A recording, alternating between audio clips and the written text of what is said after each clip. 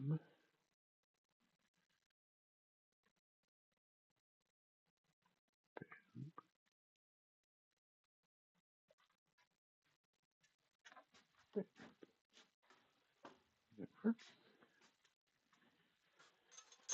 evening, all.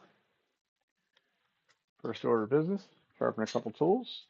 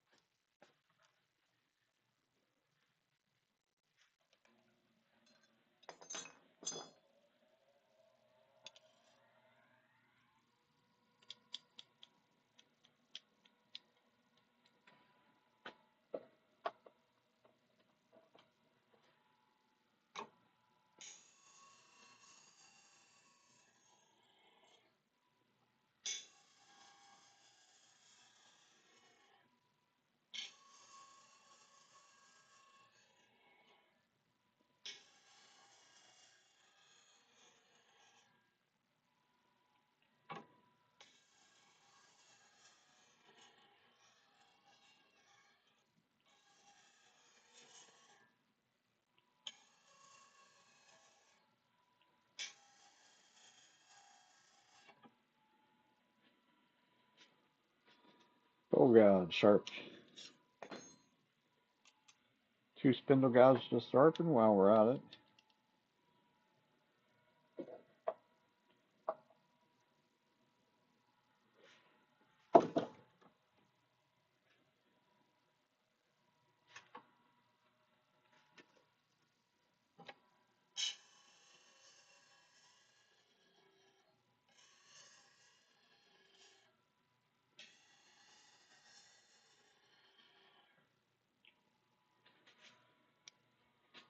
Half-inch spindle gouge.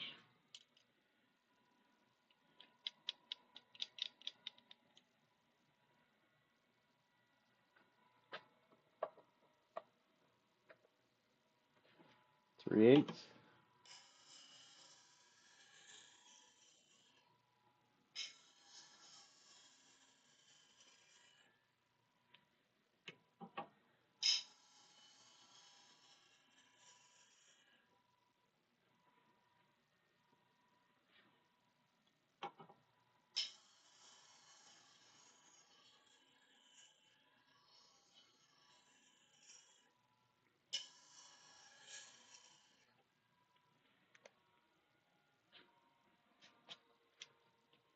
Now we're ready to make a mess.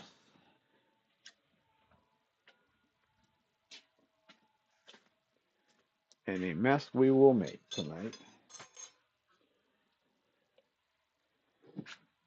I have about 7 blanks ready, I think is what I figured. All wet wood. I think everything we have left is all persimmon. I think. Pretty sure.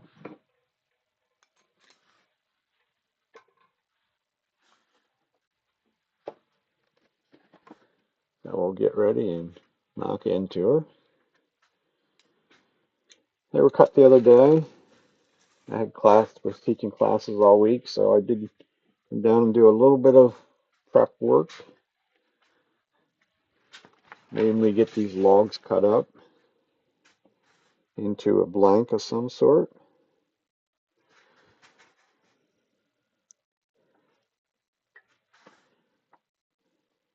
So that when we're ready to rip into things, we're ready to rip in. So that's what we're going to do.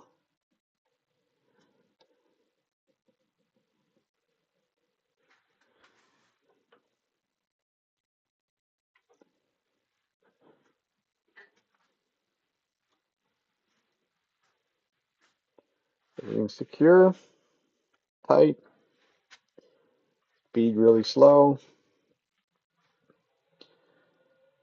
Bring up our speed till we pick up a vibration. In this case, I'm sure we won't be able to go through it.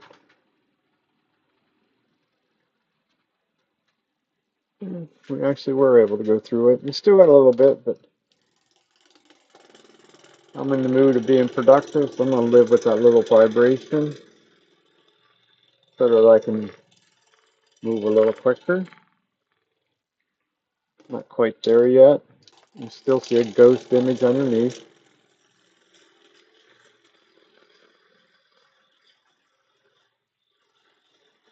Oh yeah, plenty wet. There's water on the tool rest.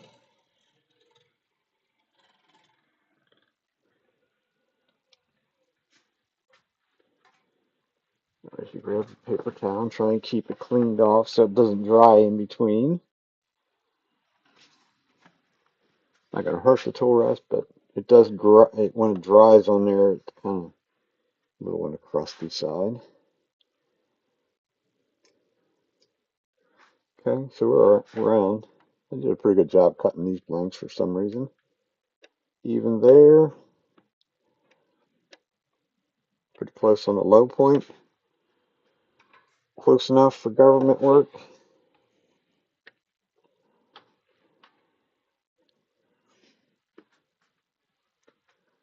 Now we'll come around and do the end. Let's go to there. Yeah. So we'll true up the bottom.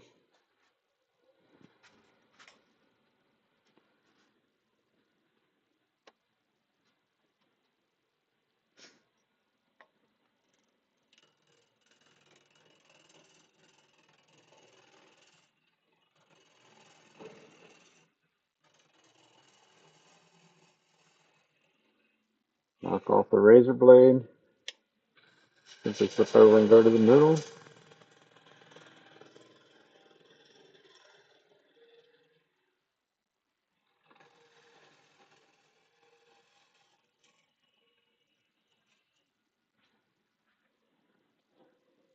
Feels like it's nice and flat, which it is.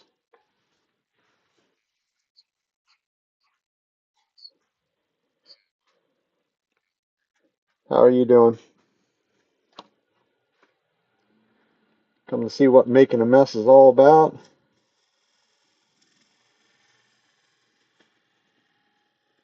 And we'll set our tenon in. Tool rest across the corner. Get rid of the corner and we'll start shaping. Quick and easy like. This piece here is really wet.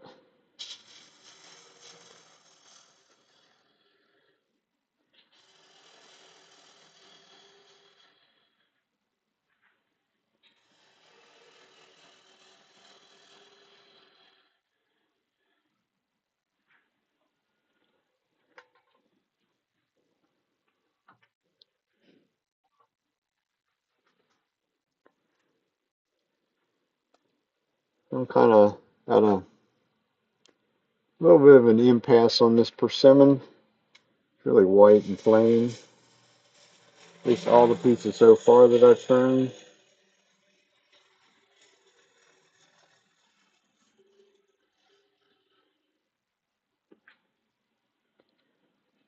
Corner's gone. We're going to start making it through.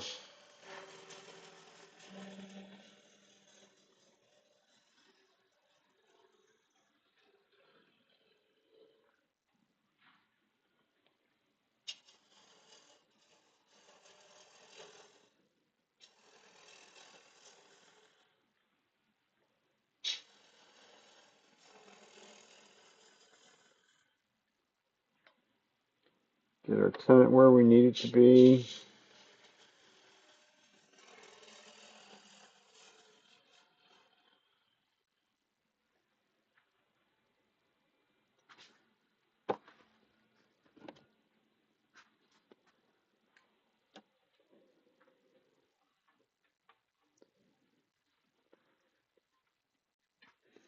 That cut that I was doing there is an unbevel supported cut. It does remove material very, very quickly. And I can't get in here real close to it to be able to do a bevel supported cut.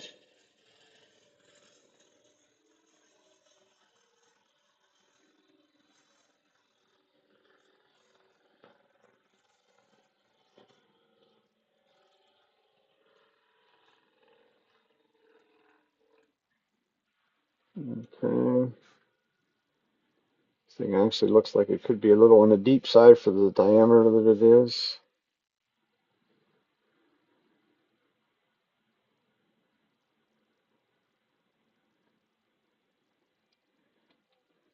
Just step back and look a little bit. I don't necessarily like the curve because I can't, but it may be okay. I'll take some more out down here.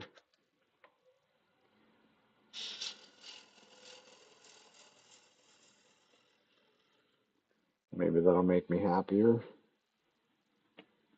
I guess it's going to work.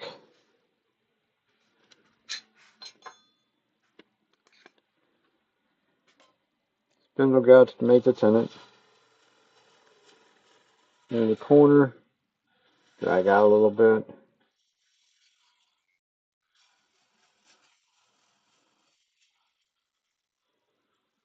That's pretty good calling me an old man when you're older than I am, but we're still kicking. We're still upright. Does that count for something?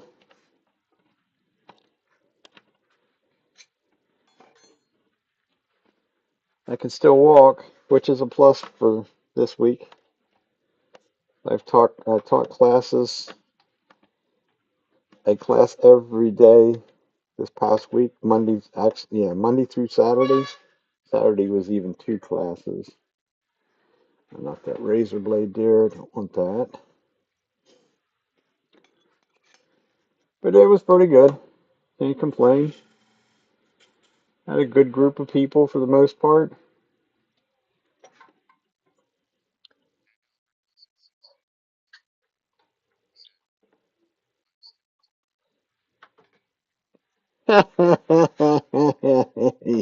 Yeah, right. Plus five, right? Five on the front, or I should say plus 50. Yeah, that's more like it. Okay, one down. I'm gonna do a couple of them on the outside first, and then we'll go to the inside. I did that the other day when I was doing some of these, and it's actually seemed to go quite well. Here's one of these that has these black streaks in it. Black streaks actually remind me like they're a crack.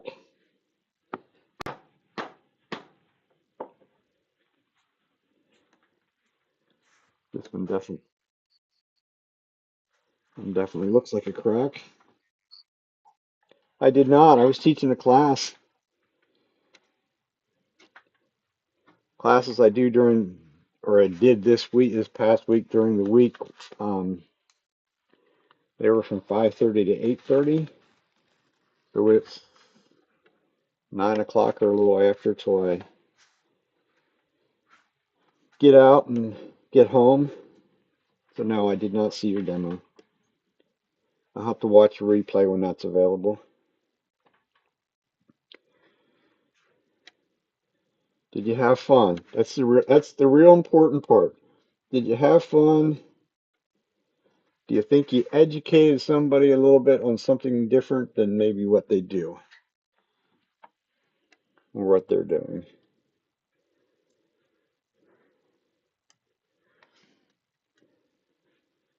Go back to overhead to make more sense. It's black streak in this stuff.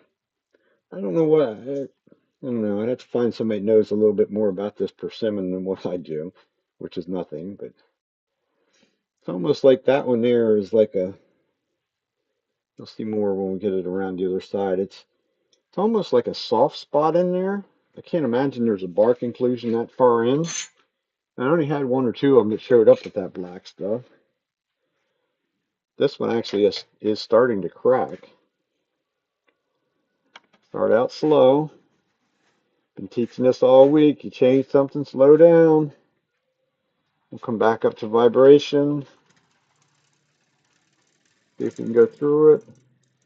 This case, the answer to that will be no. So just to make it a little bit more time consuming.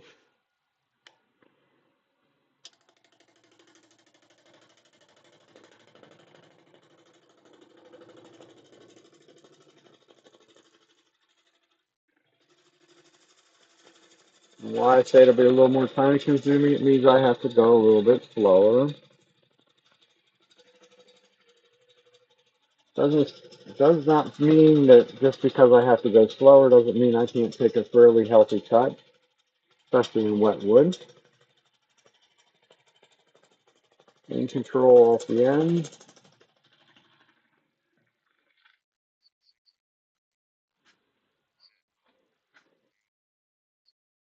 Oh, okay. Well, that's good. It's always a plus. That's way off. Not a bad thing. If I move it over that way, get further away from that black stuff. What did you make, Al? If I may be so inquisitive.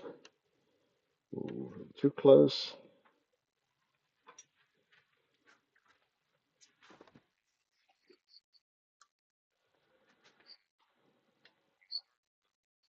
I did.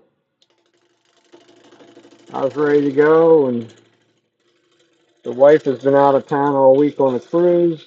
She's probably going to get home here probably about 6 or 6:30. I already caught some grief because I said, well, you know, it is Sunday, and Sunday we do a live stream, so. Oh, okay, then I guess we'll see you at 8 or 8:30 when you're done. Like, well, you got the gist. You didn't worry about what I was doing all week, so. Okay, let's see where we're at. Low point, livable, black streak. Go over to there.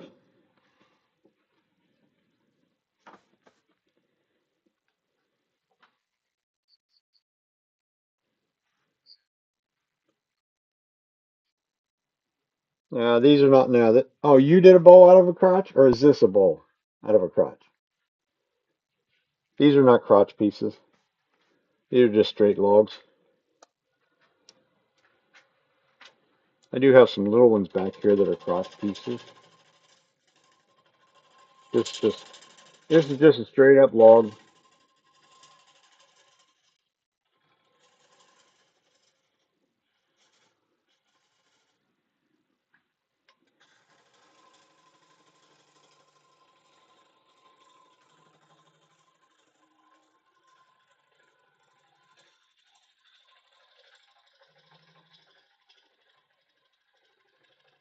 Okay. Thanks for clarifying it. Because you know, if you assume, you know what that means. You know what assume means, so I try not to assume. Okay, what are we gonna do with this stupid black stuff? That's a crack in there. It's got a crack in the one that's deeper than the other. Not really concerned it's going to come apart, but I also don't want to leave a crack in a green turn bowl because if I leave a crack, if there's a crack there when I put it in the bag, there'll be a bigger crack when it's done. So I'm going to take this corner away, and then we'll address that in there. There is that area right there is a crack in that black stuff.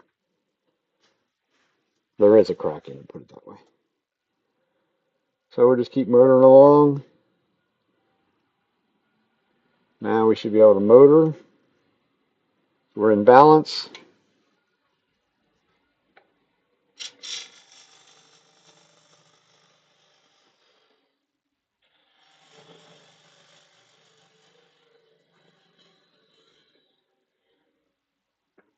That's so much more fun than what I've been dealing with all week when you're dealing with kiln dried wood. Can't take any kind of a real cut out of that stuff. And a small lathe to go with it.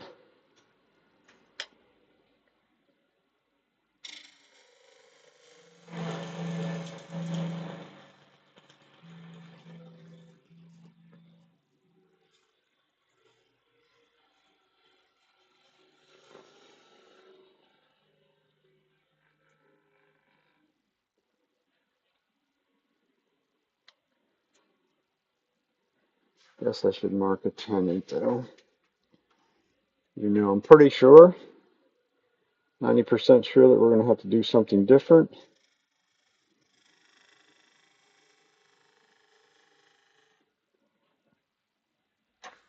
At least I know where it's at.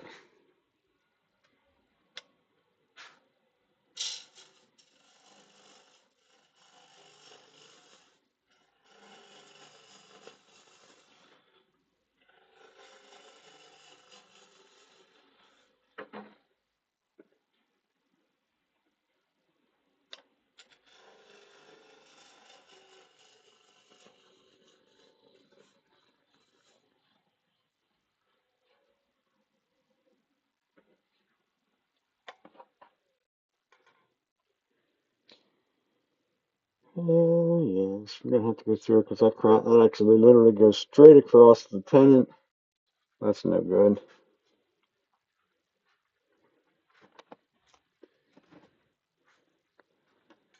So that looks like a design opportunity, I guess you'd call that. That's what I would call it.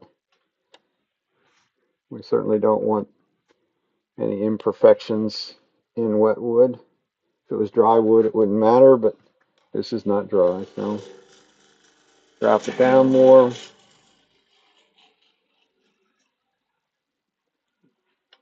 Also get rid of all the tenant that was there.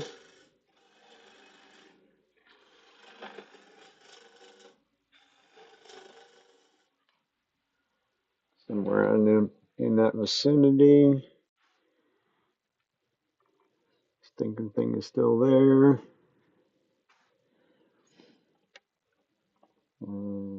That's a pain.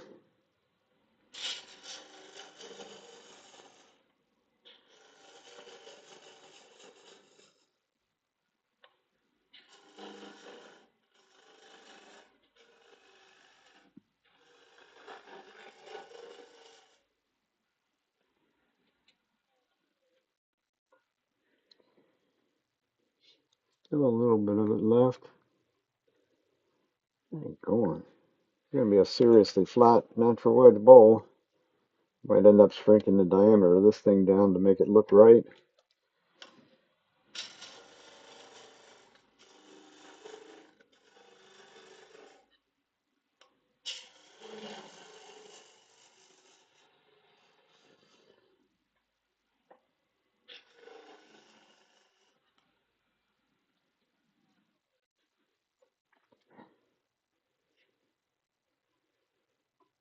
There's still a little hint of it.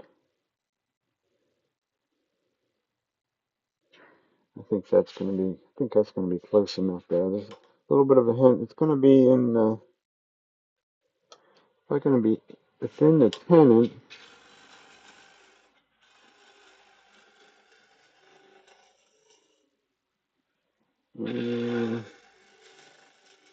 A little more.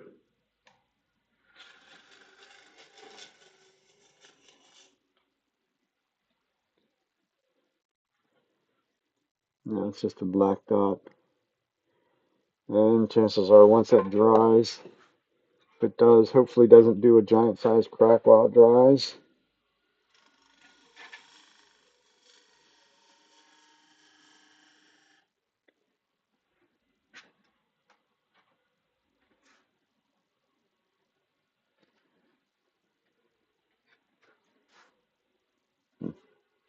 Very flat.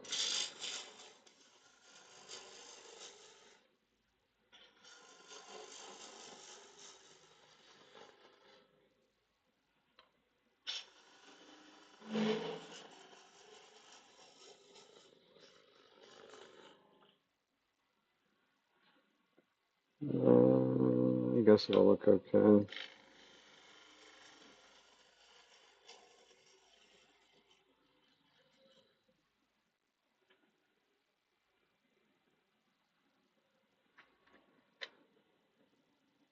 So, should get the other gouge out so we can get in closer.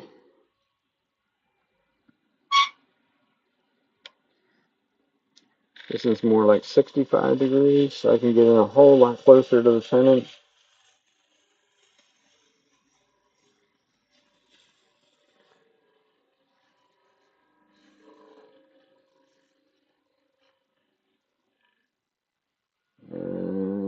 It's not quite the curve that we need.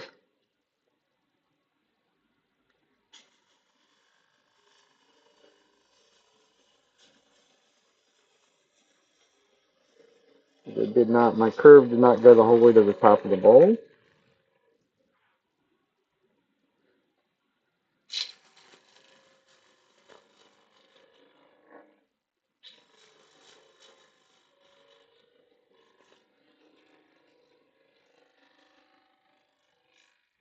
Now we're at the top and off the top.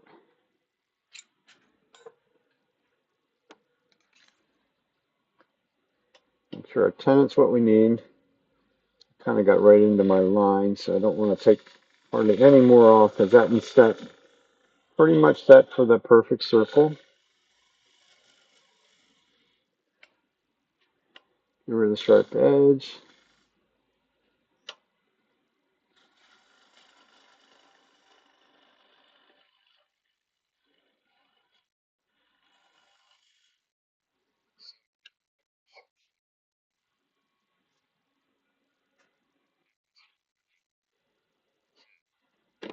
Hmm. Yeah, only a little bit. I already have almost a foot pile at my feet too. Because the way I turn it ends up right, as you see, it's ending up right here, and I just drop it down. I really should have a trash can or something close by. I could drop it in. It would make life a little easier, but who likes life easy? This time we're going to have to cut this thing off.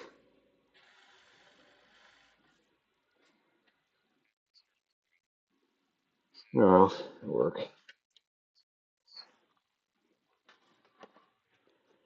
The wonders of doing rough turning bowls in green wood. You can make a pile of chips in one big happy hurry.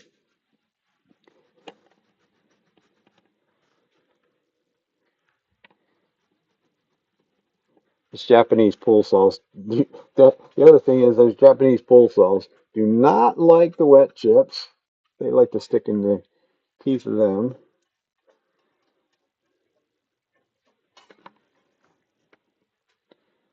You kind of have to keep that in mind too, because you don't want to leave them wet chips in there.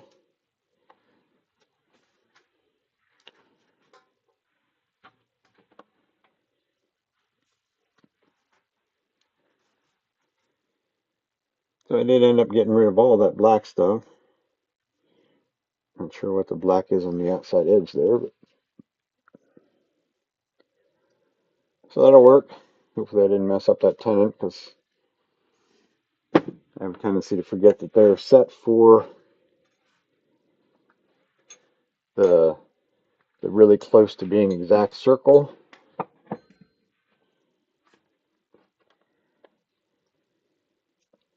I didn't necessarily totally want to go down to that level, but not the end of the world if it does. If it doesn't fit, I'll just go down and get down to the next chuck size smaller and deal with it that way.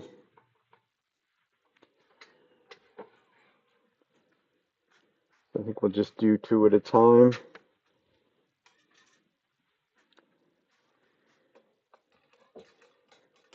The other thing is, some of the people are sort of with have questions when you're teaching and stuff like that, and they're like, "Where do you get all your wood?" I said, "Wherever it's free."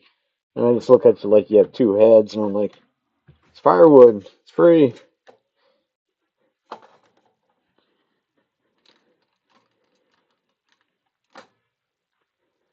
So let's go to the deeper one first. Grain running up and down with the jaws.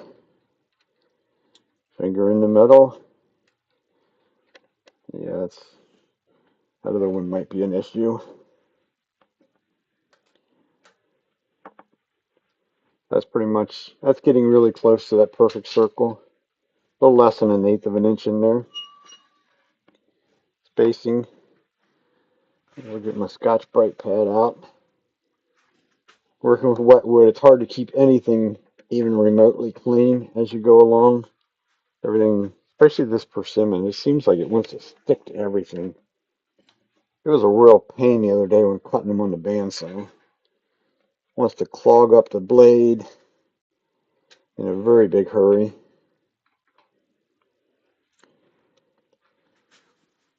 Go to there.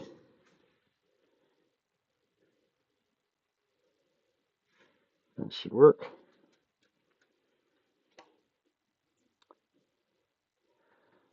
So, get rid of our center point. Major change, we slow down. I slow down. Bring my speed back up. This was the one that was already nicely in balance. So we can bring it up to a speed that we're comfortable with. Everybody has their different comfort levels.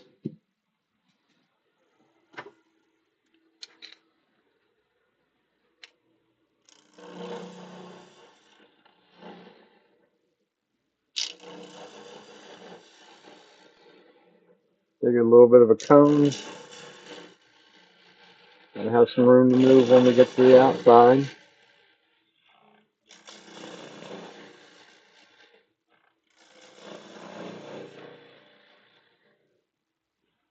Also need my calipers. Eventually here, about one more cut. Stop and measure. Figure out where we want to be. This is the one I was trying to explain to some people at Woodcraft, how I judge the wall thickness as I'm cutting. And like I turn my body almost totally sideways. My hips up against the, well, not really my hip. For me, it's the top of my legs against the bed of the lathe, so that I can look on down this side as well as down this side. If my nose is in the middle, I can look on both sides at one time. And if you get used to doing that, it will save you a ton of time if you're doing natural edge bowls. At least it seems to save me a bunch of time. But I can get very, very consistent very quickly. I'm actually not down deep enough to even measure yet.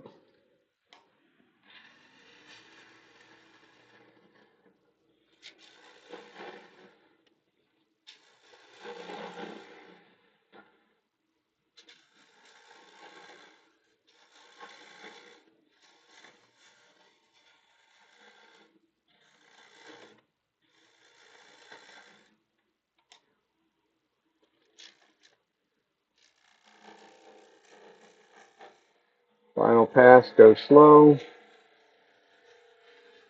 Down close to that where we stopped before. Now we should have enough room to set a caliper and measure a little bit.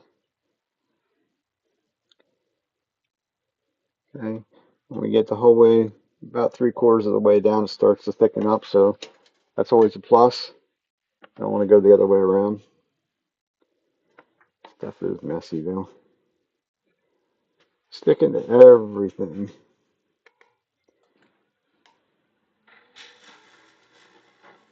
Whole lot of rinse and repeat.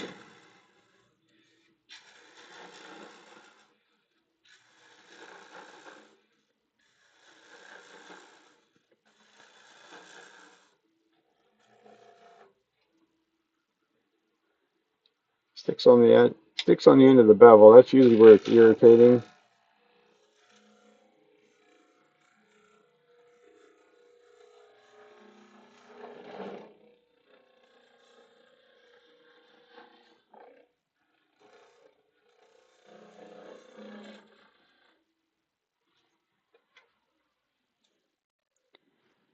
A little bit at a time. Stop, check.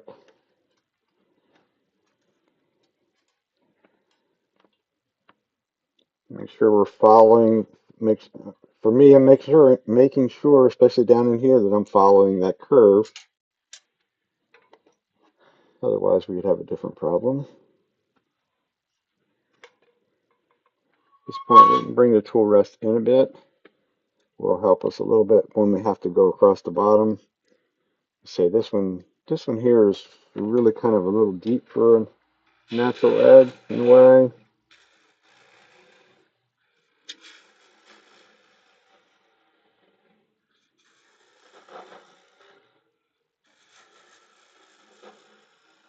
From there, I pretty much make my complete curve,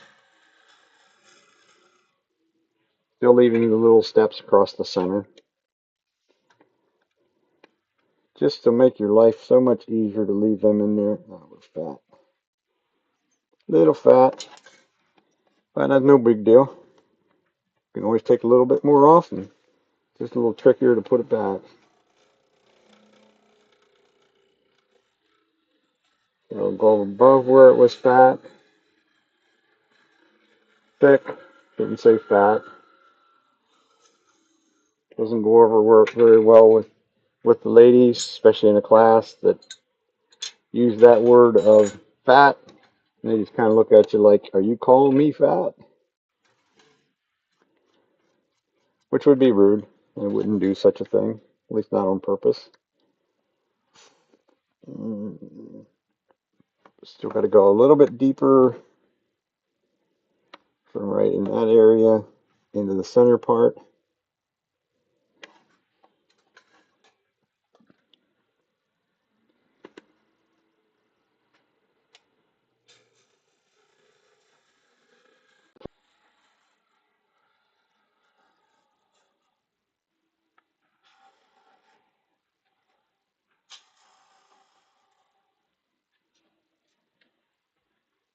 It's quite deep in there, especially for a 1/2 inch gouge. And I'll just get Big Bertha out, and we'll just take care of it that way.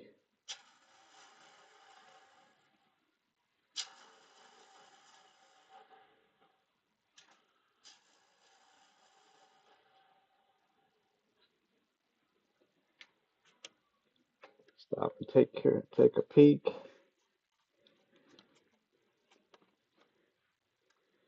Left a line for sure. That's looking pretty good. Let's see if anything. I might have gotten a little carried away. Maybe not. The bottom's a little thinner. It doesn't matter because there's another 1/4 inch or so of tenon behind it. I just don't want a huge variation.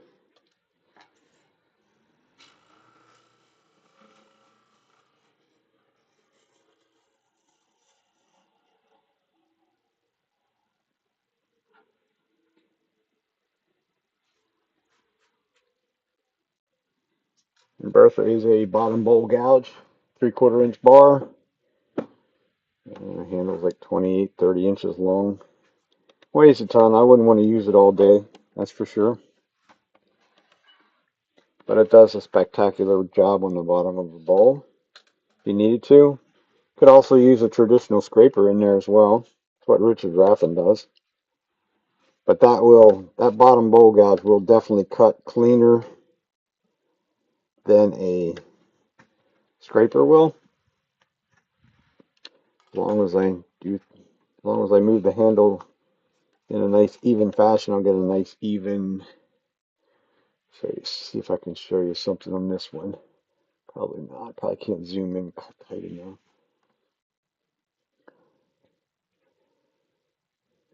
Get the right way. Get the dirt out of the middle. It's truly what I look for.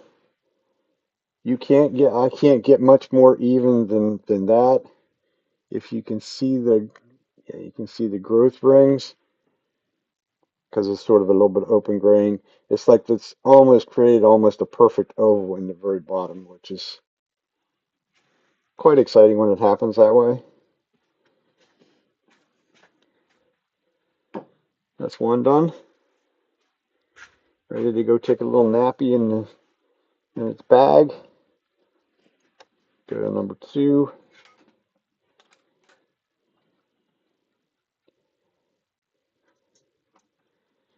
And our tenon is just going to make it. There is not, but probably about a 32nd of an inch in there, which is fine. It's a secure grip. That's all we're worried about. It's going to get all out of whack when it dries anyhow, so.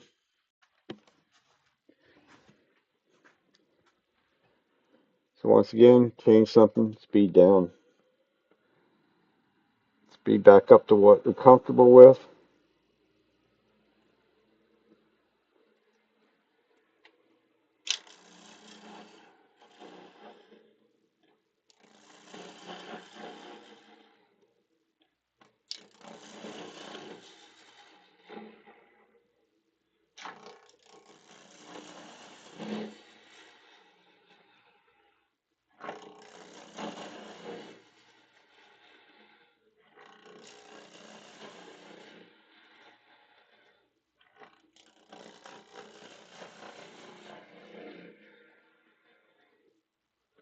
Lots of chips in a hurry.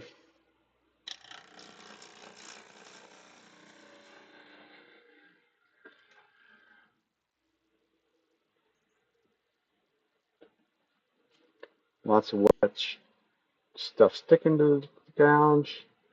I think I'm getting close to my measuring point. Maybe. Yeah. Okay. So we're there. Ooh. That's a recut up here. So it's a little too straight to match the outside, so I'll have to take a little bit, just a tiny bit more off the top.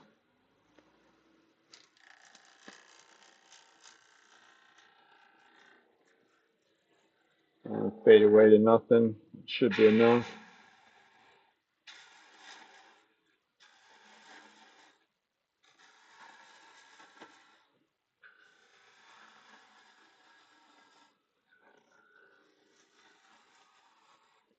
When they're this shallow, it's almost a continuous curve right from the start.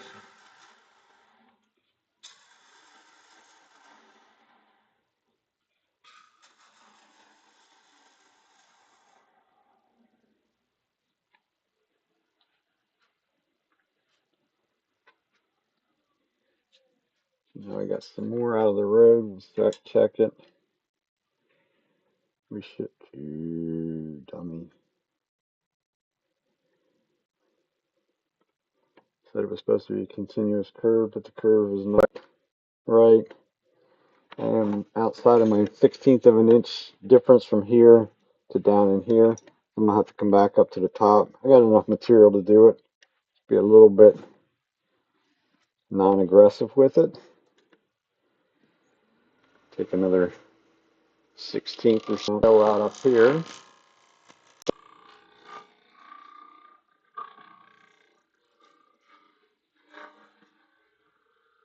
Make the curve happen quicker.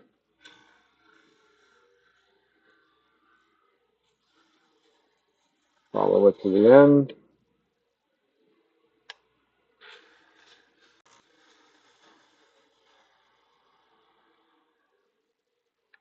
Across the middle, and we're good. Really should try maybe another one that'll have this smaller or something. I should try one of these and see if I can see if it's too wet to sand. If it's not too wet to sand, I can go to a final thickness if I can sand it a little bit. And then it could go through the microwave and be done in a week, thereabouts. These are really wet. This tree was taken down less than 2 weeks ago.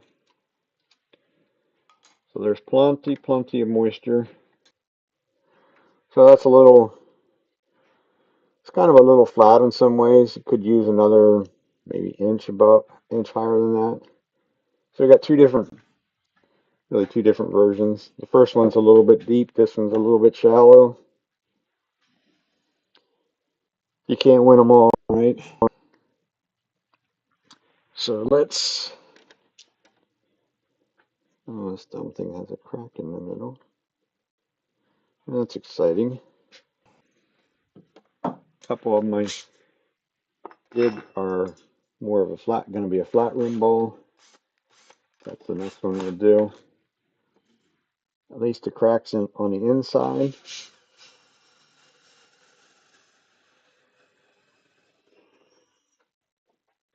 It's a plus.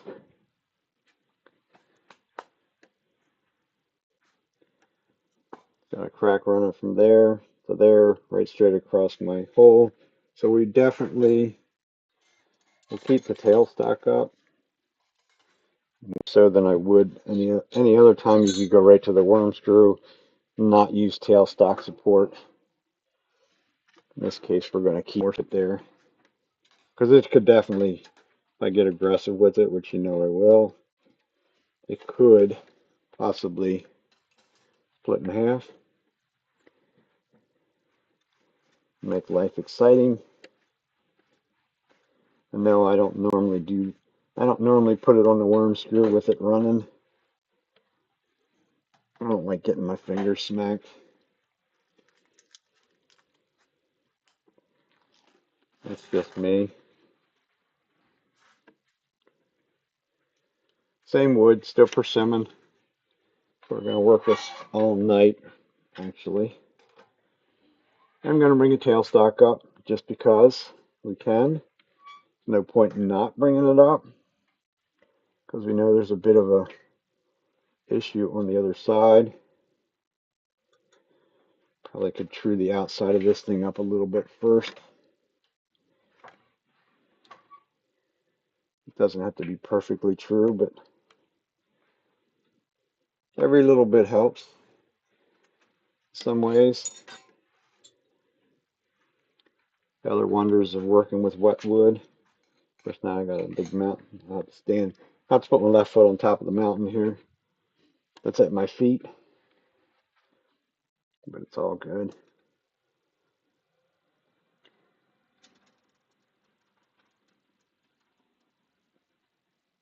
So on a flat rim bowl, I'm going to clean up this top edge up here first, so I know where the top of the bowl is going to be. I'm going to go in about 3/4 of an inch. And I can pick up my cut on the corner. Also makes it easier to pick up that cut.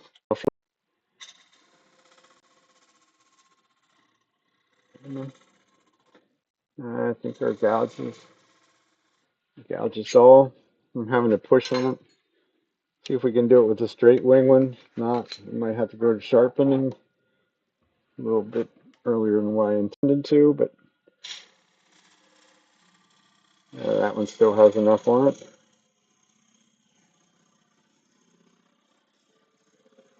That other one was a swept back grind. This is a straight wing grind. Same bevel angle, both of them.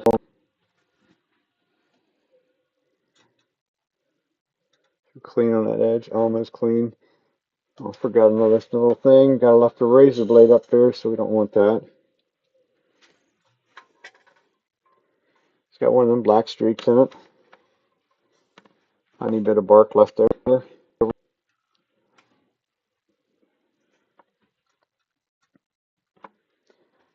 we'll go out here and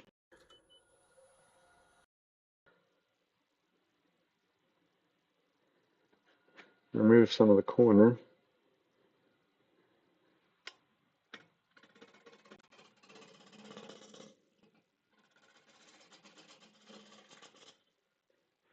One thing that this straight wing gouge does not do very well is that little sort of full cut,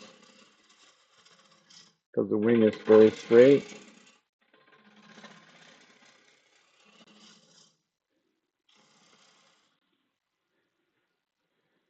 Get the middle when we get there. I get some weight off of it. Get it in balance. It's no longer a natural edge. I feel comfortable to move the tool rest without any real issues because everything, this is true, that's true. Go to there.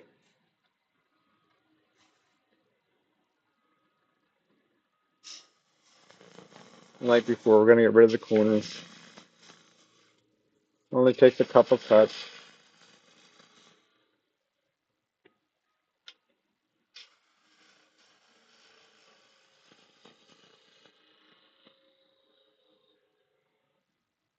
Start to make a bit of a curve.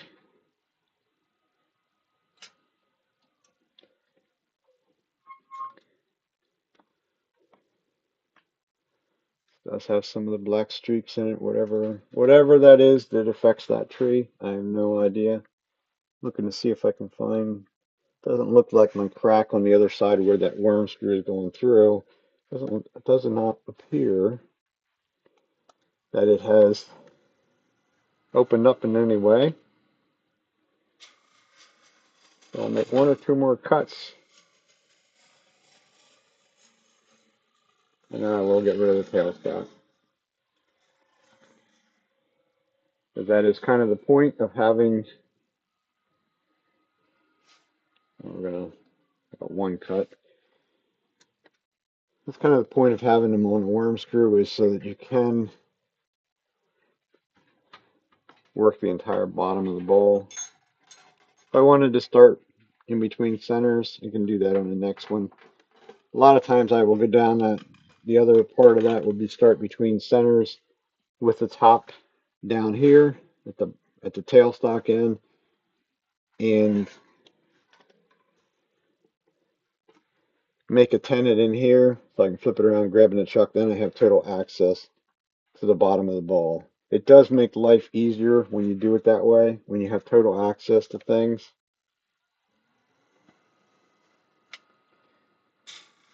So we'll clean off this bottom.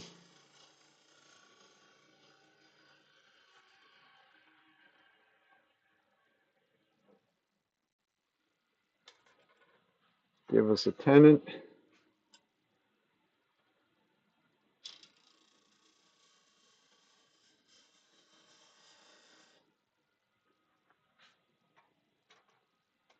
And yes, when you do that often enough, you actually get to where that you can almost land it about 2/3 of the time in the right place on the first try.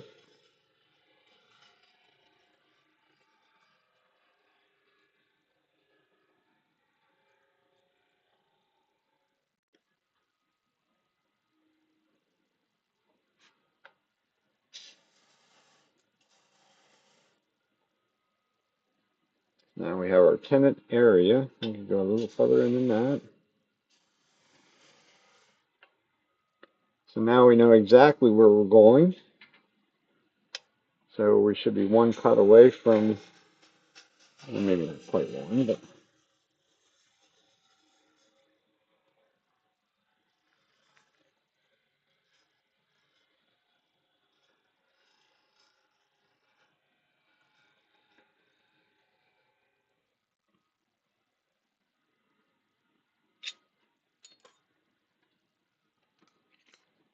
that's pretty much our outside shape ready to go.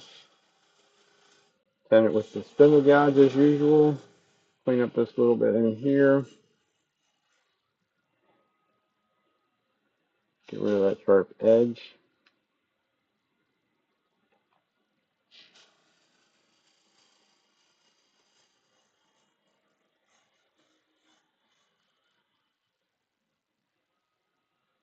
Take that out a little bit. Probably would be a good idea if we would mark a little bit of a center point. You can do it with our pencil. We could also do it with the point of the skew. This, put my shear scraping neck or shear scraper in there. I don't remember whether I've tried before. I think the wet wood will actually scrape. I can clean up that area in the bottom, just for the heck of it. Oh, I hear footsteps. Boss is home. So we'll rest up a little bit. This needs to be pitched downward, where it will self-feed and give you some excitement. And that's not the kind of excitement that you want. That feels like it did a good job.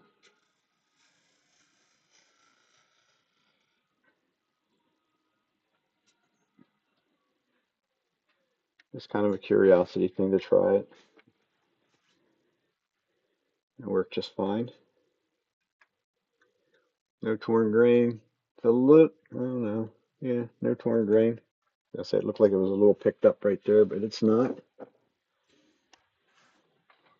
Also forgot this little part up here to where there's a razor blade.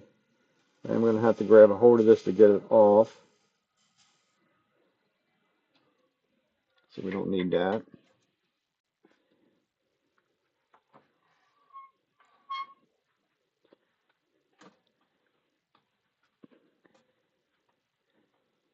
Maybe I finally got the right size drill bit to drill that.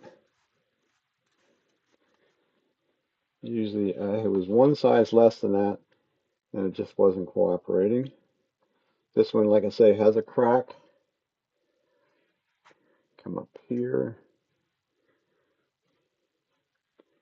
Has a crack right now running from there to there. Of course, we know all that's going to go away, but we definitely want to, I should give this a mark out in this area somewhere in here, that's where that crack is at. We got to get rid of it.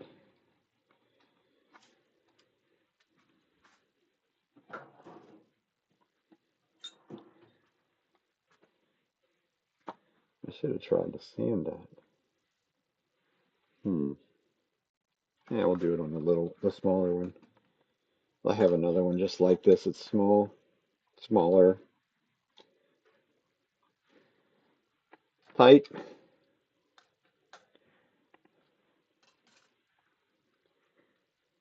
In view. Yep, there we go. I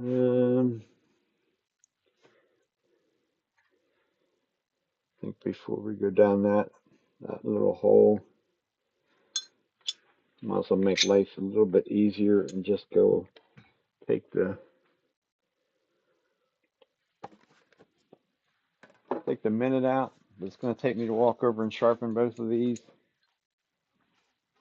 Get very messy hands doing this too. All the tannins in the wood has a tendency to turn your fingers black.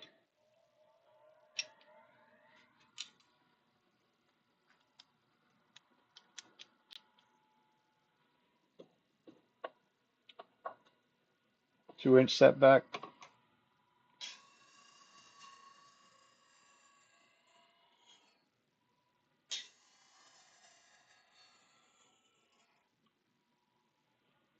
So much easier when you can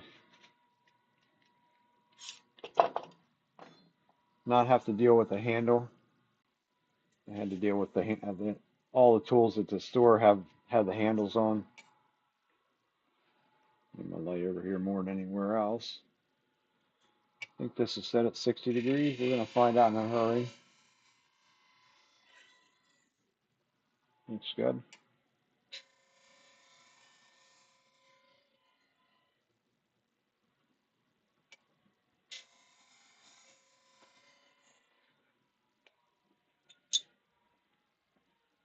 Now we're back in business and ready to rock and roll.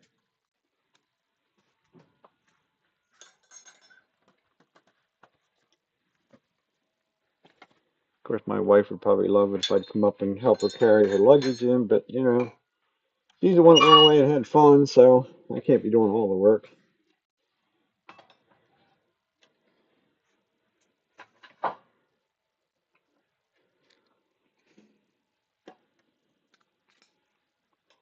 Check where we're at on center. A little bit low with center.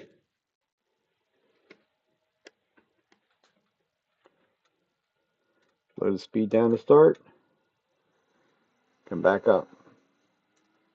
For the speed you're comfortable with.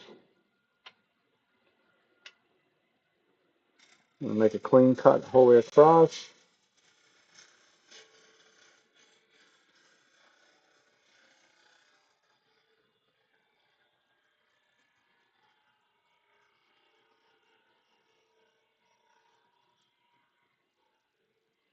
Into the center hole.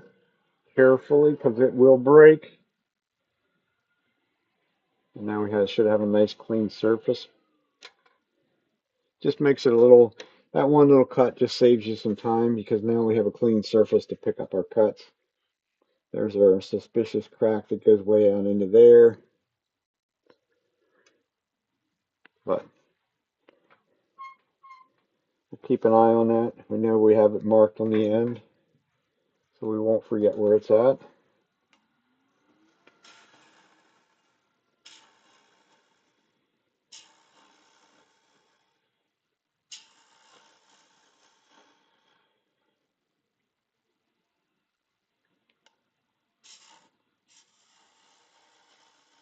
What happens when you don't close the flute to pick up a cut?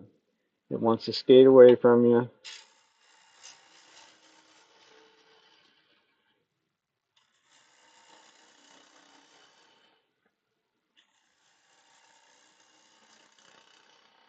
You can hear the ticking. That crack goes fairly deep.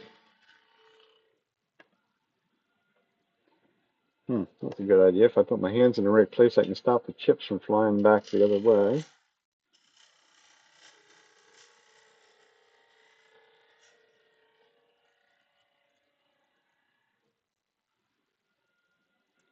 And they are sopping wet.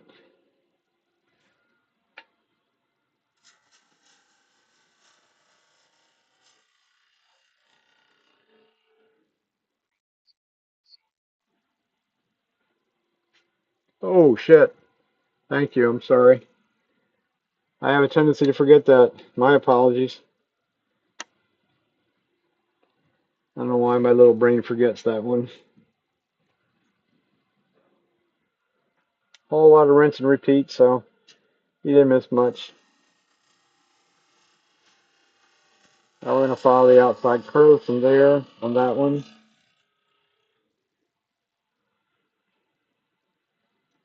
A razor blade right there, so touch it. And let's stop and see where our cracks are at.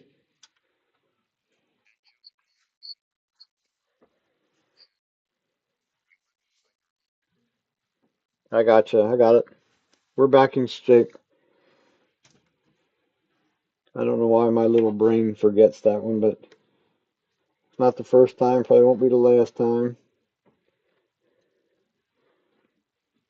Okay, cleaned up some of the chips out there. Where's our crack? Crack is there.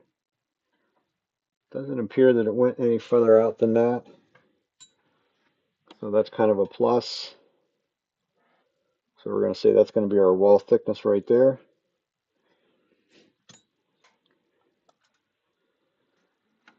Whole lot of rinse and repeat. Make our cone go deeper. Deeper again.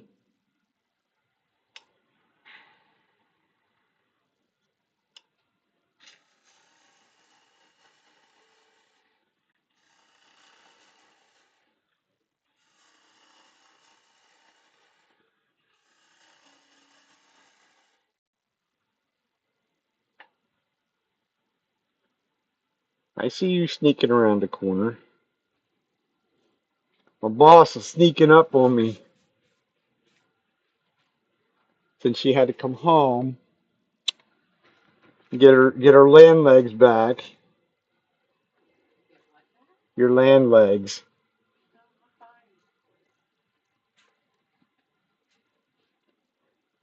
Well, good. While you're down here, go over in the laundry room and fluff up the sheets and start them again for me. Thank you.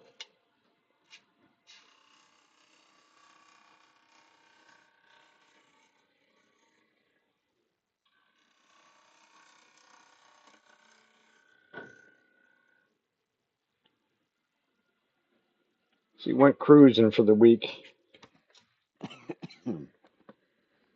Better her than me. Not my forte.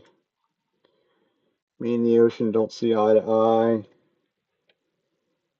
Don't need to go much deeper.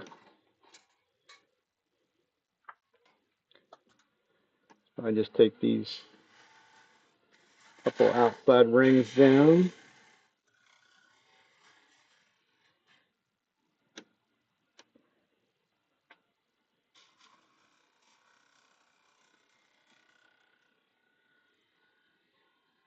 Into that corner. Stop and check it. Generally, here's where you can get in trouble if we don't take the time to stop and check that bottom curve.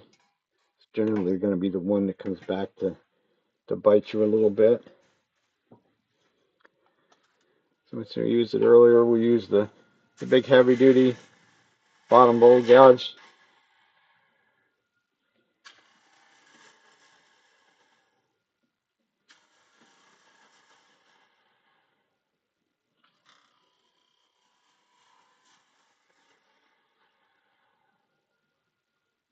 It will remove, but one thing about it, I don't use it all the time.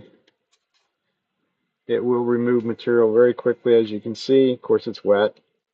We're removing a bunch of material, period. It's a little bit different to try and come back up. Other.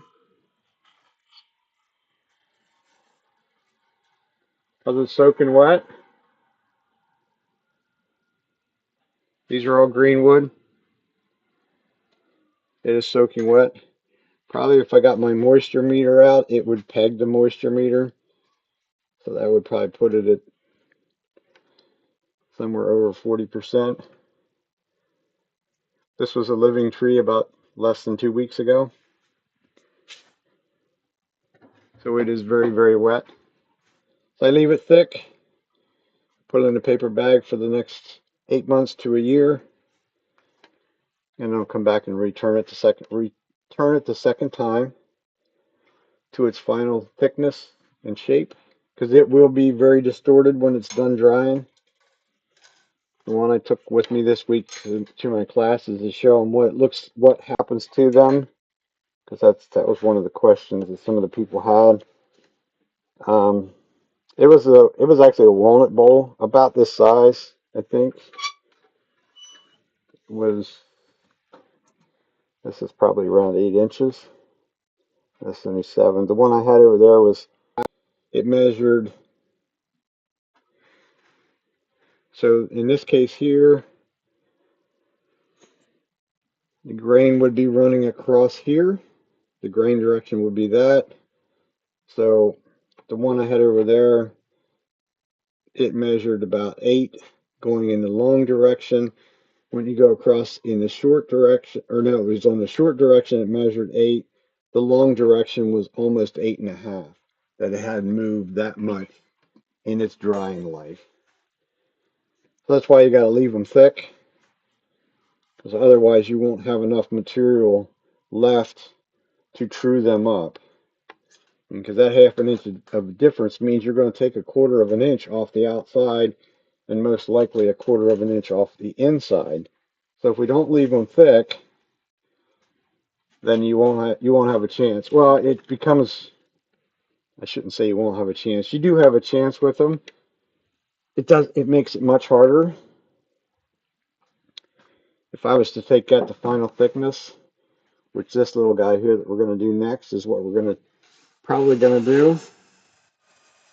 Take it to a final thickness, at least if I can manage to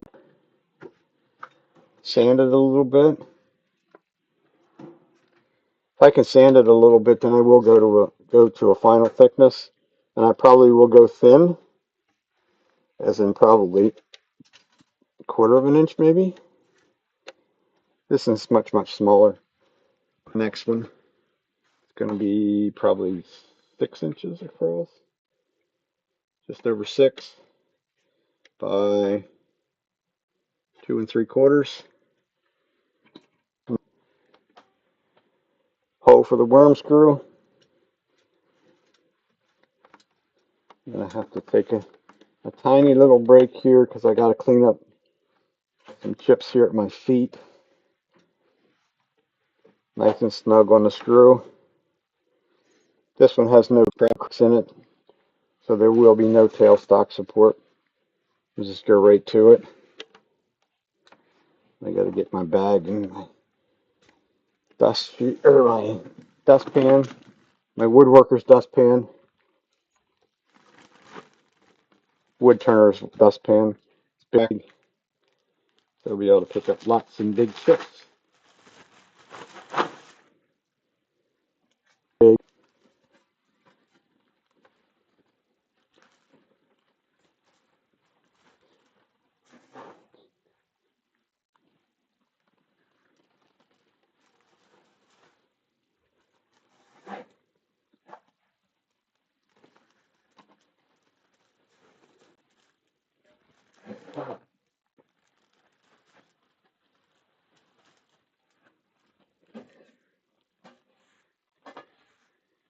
And these kind of chips fill up a bag quickly because they're such big, heavy, fluffy kind of chips.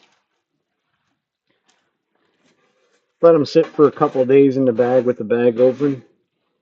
Some of the moisture goes away and they sort of settle down a little bit. I always tell my guy that gets these chips from me that, hey, these bags contain Very wet chips, because they're closed when I give them to them. Either dump them out or at least open that bag. Or you will have a very unfriendly smell when you do, because they will grow quickly, as in mold and every other whatever is in there will grow. Will not be a very nice smell. Same way you saw I had them wrapped in plastic.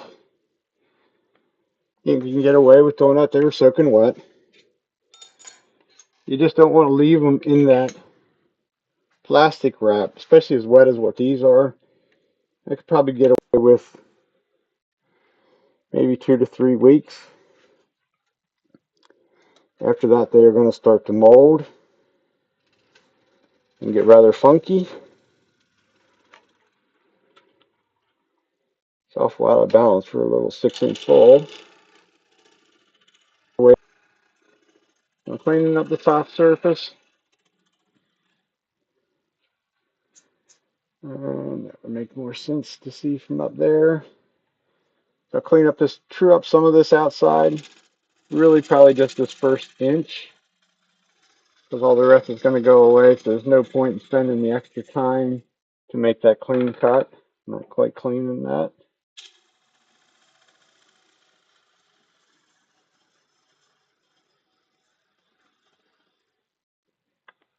That's clean. Touch the edge to get rid of that razor blade.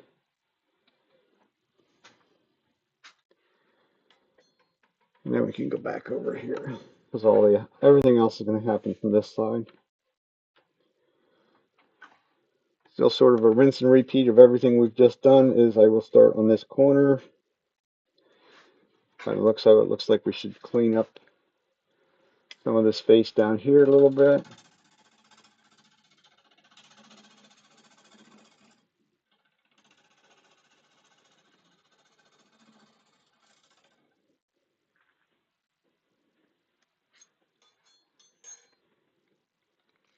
And then we can go across the corner. Once we get some of this corner removed, we should be able to speed it up.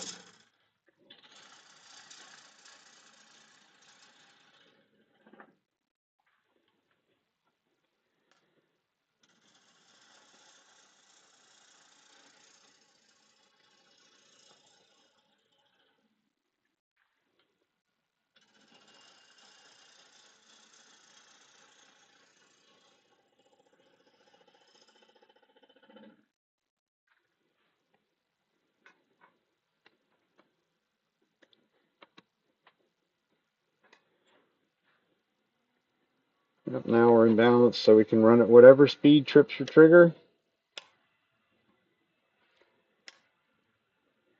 Clean up the bottom so we know we got a flat bottom to start with. Right into the center.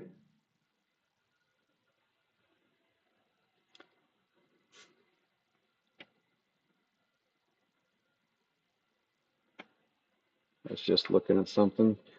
Since I did what I did on the outside, I could probably make this maybe a little different of a shape. And we're going to take some more off, see what it's going to do. Like I said, these things are very, very wet.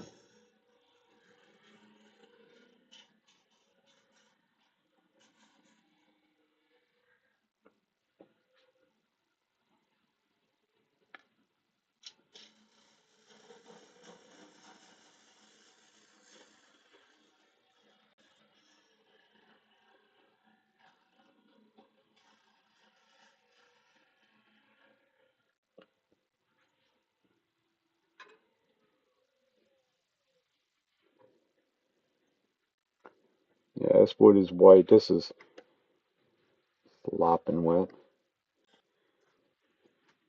And I guess we could answer the curiosity question as to whether we could sand it. And the answer to that is going to be no. It's just going to clog up the sandpaper. So it's wet to that point that we can't do that. Mark us a tenant. I like that.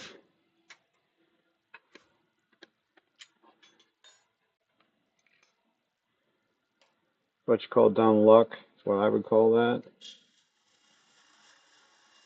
And make us a tenant in there. Get rid of that area in there beside the tenant.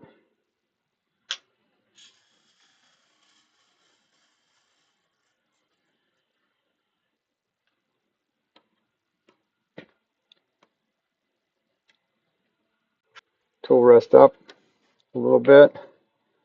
Go right in that corner with our shear scraper. Make that curve nice and pretty. The tenant don't look like it's quite what we need it to be.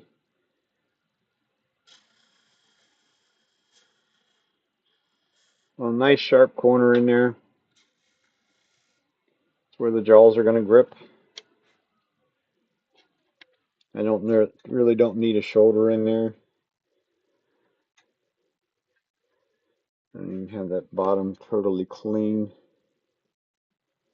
That won't matter. Okay. Would be helpful at some point to have a center point. We could use our pencil. If you've never seen that trick, if you watched any of Richard Raffin, he loves to do this. I take my pencil and put it in there and go right towards center. We can leave a teeny tiny little white dot in the middle, or a light colored dot, whatever the wood species may be. In this case, it's white.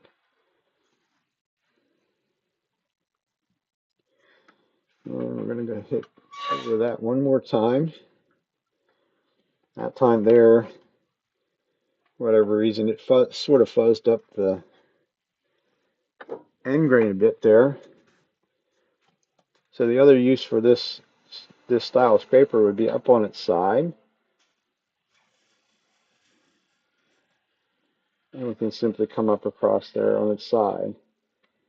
And we get teeny tiny little angel hair shavings when we do that, whether it's green or whether it's wet. That settled our grain down. It's not totally settled in there. If I really wanted to be, if this was a piece I was going to sand, that wouldn't suit me. I would get out. I have one that's a dot, kind of a point arrowhead where I could actually get in there on the same angle, then come back out. But in this case, it doesn't really make any difference because we're not going to be able to sand it.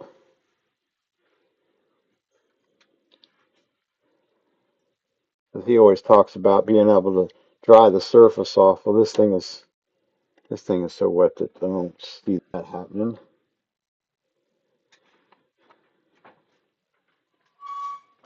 Not to mention it probably will clog up a sanding disc. But lo and behold, there's one there that's not super good to start with, so let's see what happens. See what it does. Slow speed down. Whoops. I normally sand in reverse. For me, dust collection is directly behind me, or directly in front of me, I should say.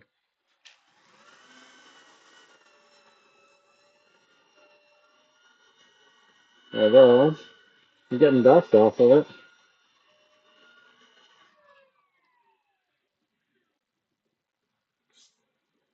it.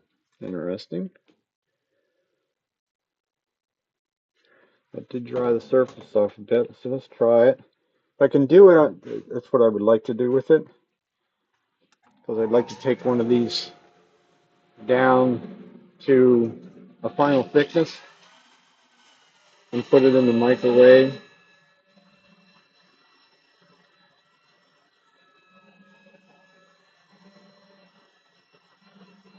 I think they're still too wet.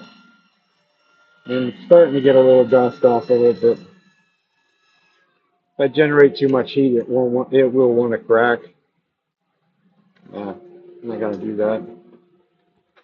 Something more along the lines of something semi-wet, not sopping wet, would work rather than this.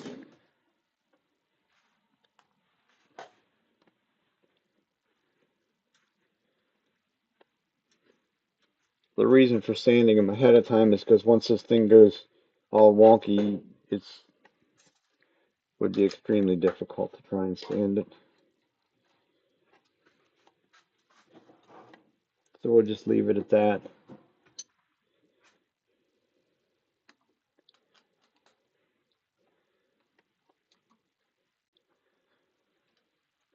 Thumb in the middle works wonders for you. Gives you even pressure, direct pressure directly back to center. Rather than grabbing it out here, you'll wobble around that simple thumb in the middle. You can snug it up first a little bit. That's what I try and teach the people. As a matter of fact, I have them do it both ways, and they generally, those bowls are more 7.5 inches in diameter. So when they grab it out here or like this, they tighten it up and I say, okay, we'll turn the speed down and turn it on. And the ball's generally wobbling back and forth. And I tell them, so we'll loosen it back up. Don't need to rotate it. You could a little bit and do it again and do it the way I told you to do it that you didn't listen to and see the difference. And usually it's night and day.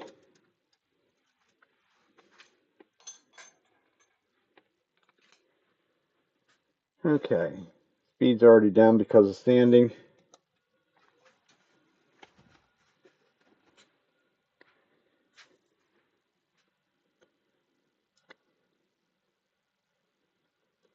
This is almost tempting to go to the ultra thin level on this.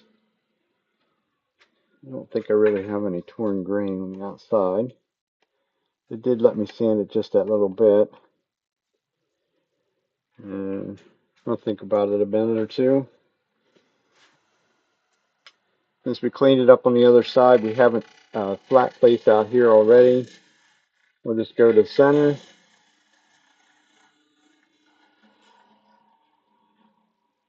Give us a nice smooth area. Make sure we don't have something that's going to cut our hand out there.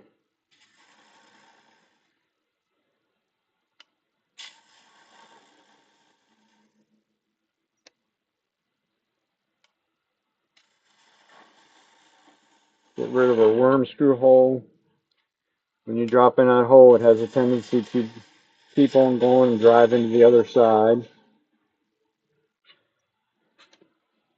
which could be exciting, to say the least.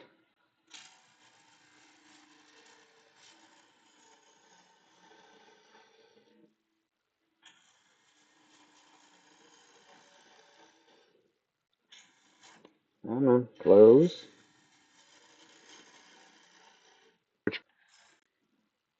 Okay, getting lazy.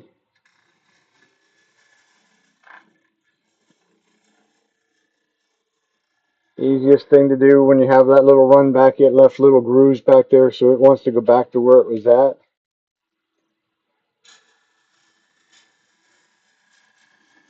So just erase them.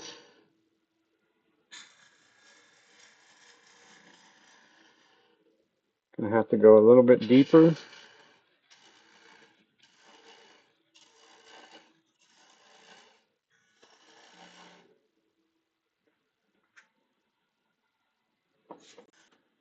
And we're still thinking whether we're gonna go ultra thin or not. Not sure how it would look on camera. We're right now at about 3/4 of an inch up in that area.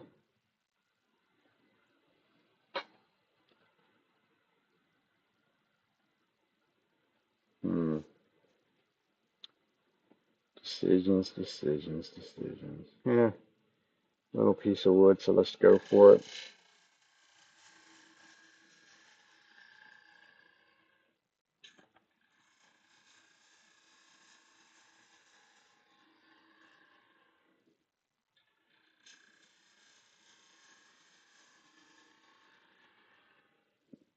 So right now we're at about 1/4.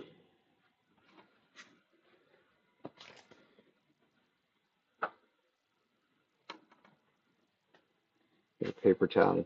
Try and keep my tool a little cleaner. Also going to grab another bowl gouge. Because that one there is cut a mile or so of chips. And I want this to be nice and cleanly cut up here, down through there. Drop that in half again.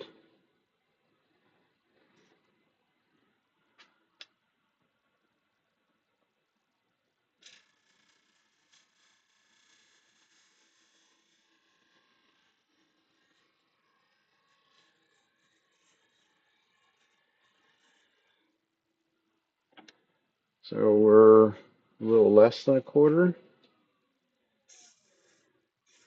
probably 3/16. I can see just by my light that's back here. Might be able to just use that. We can. Question is, will you be able to see it? Not really. Probably would look better if it was on this side. I gotta find a cord. That one's not plugged in. Silly.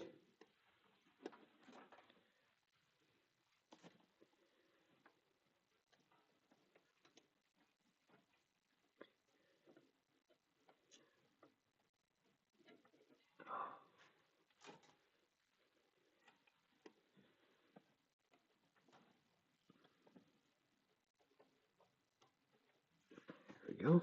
Light.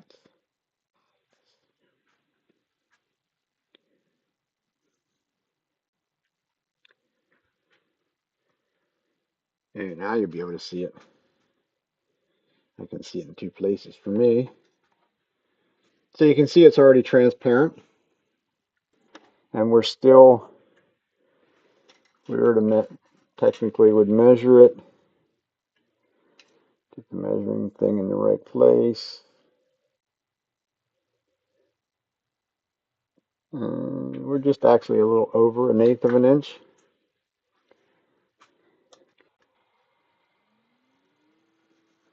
Okay, what's laying in the wrong place? There we go. And have that electric cord laying on the shaft of the motor back there. Would not be a good thing. So we'll go about half again.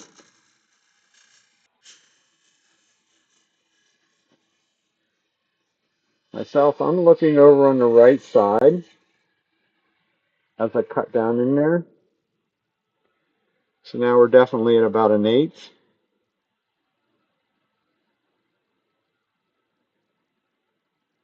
Just thinking whether that's thin enough for what I want to do with it after the fact. It's pretty pliable. That's about 1/8, something thereabouts. You could go, probably can go just a shade bit thinner. Actually, it looks like I'm not quite following the outside shape either. And there's what happens when you do something wrong with it,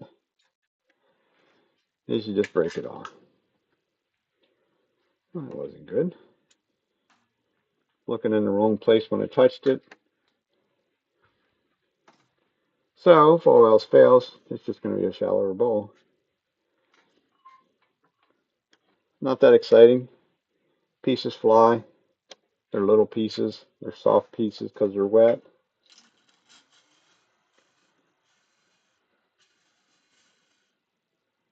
So we'll just flatten this back out.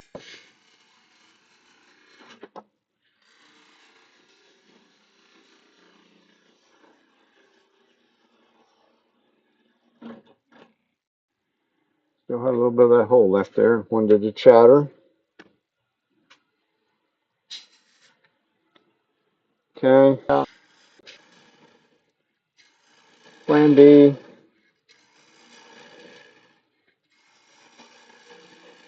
Plan A should have been leave that alone where it was at rather than trying to cut.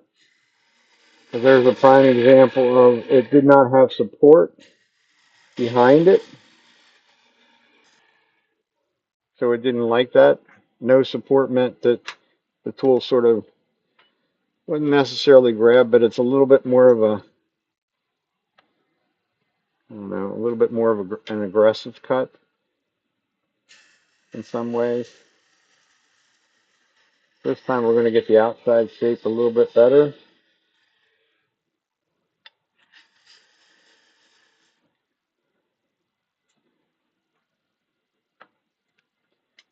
Clean up this rim a little bit.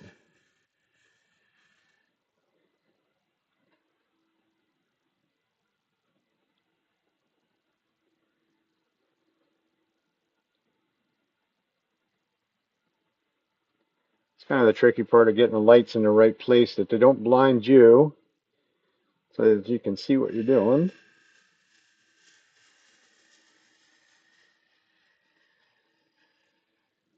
Quarter.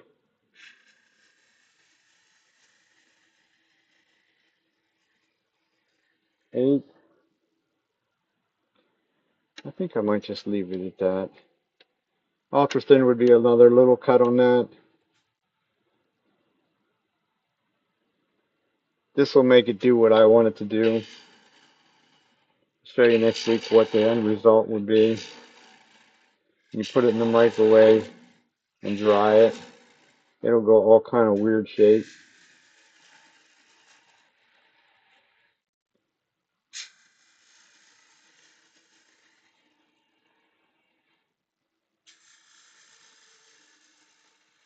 Starting to get light coming through. There's our light.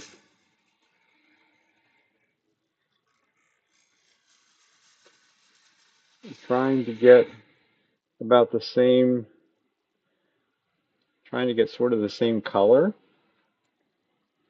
And then we will know that it's the same thickness.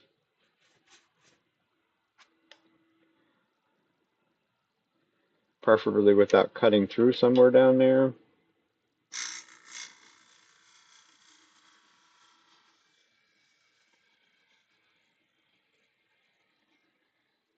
Now we have their nice or bright yellow the whole way through. It should now be, it's more rigid than what they usually are. Of course, it's smaller. I can still move it. So it could have, in all reality, could have been a little bit thinner. This would be a good piece to dry it in the microwave, even if you left it dry naturally and wanted to play around with a little bit of piercing. I think we're done with that light. I'll keep that one over there just for now.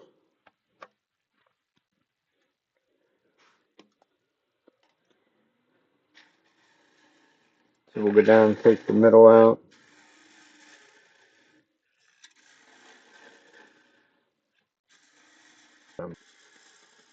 Middle is definitely where you can get in trouble when you go really thin, because you're just sort of guessing at it, because you can't get a light anywhere you need it in there.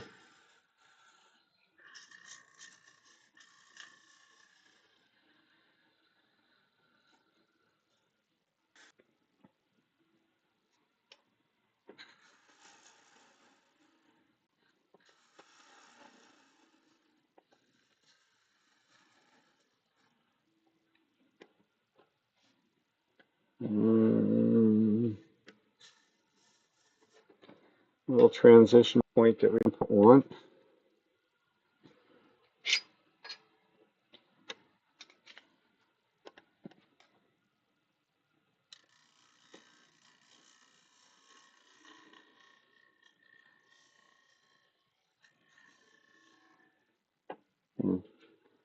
That was not sharp enough. That was the sharper one of the two. I will switch to a little bit longer of a bevel, or shorter of a bevel. It will make a tighter curve, which is what I wanted in there. We're going to make that right. Still almost looks like there's a little bit of a line in there. There it is.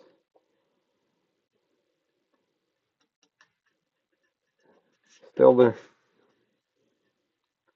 It's a little hard to tell, but there's still some meat there.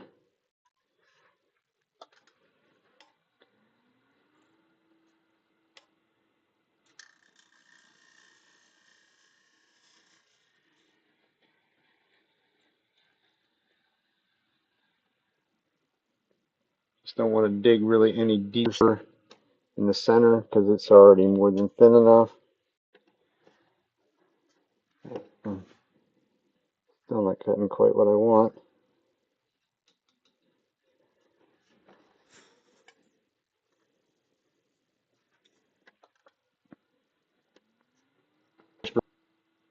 I'll play around with it long enough and ruin it what it'll be.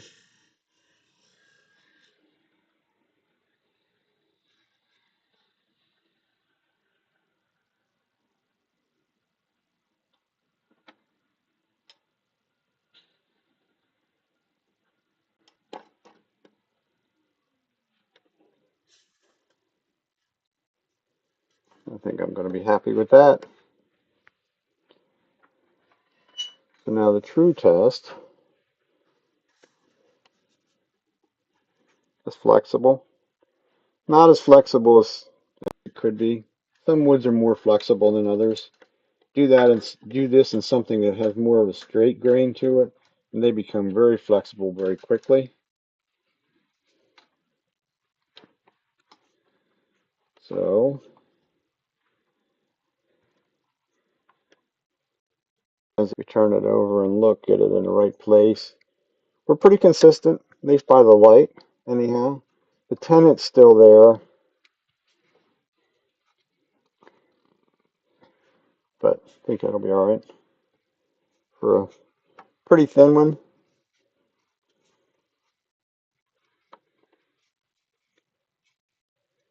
Good candidate, good candidate for a little bit of other trying of things. We could try do some piercing on it. It's been a long time since I've done any of that, so we could do some piercing on it in a couple days. We also could try the thing of putting 3 little feet on it,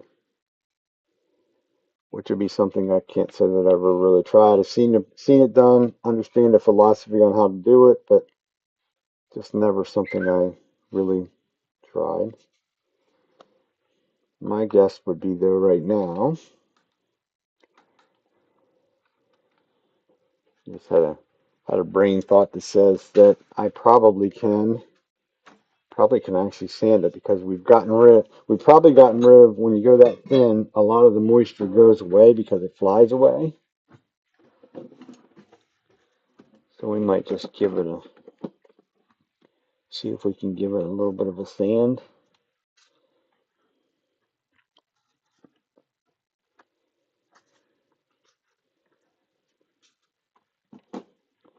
Only a couple little pieces of sandpaper if we, oh yeah, we're going to be waxing tomorrow.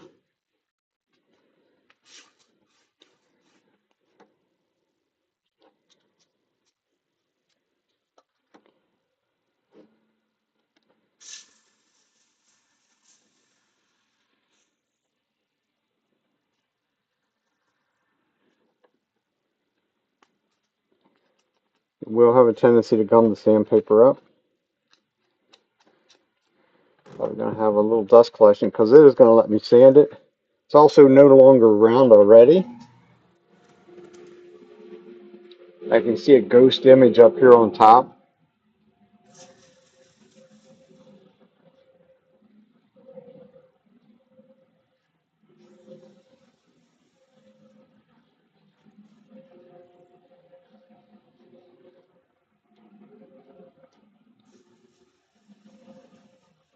I'm also sanding a little bit at a higher rate of speed than I normally would to sand by hand, just so that I can generate a little bit more heat to help it dry off a little bit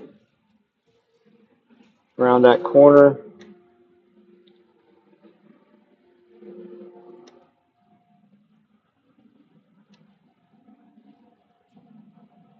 And a little bit more in the middle.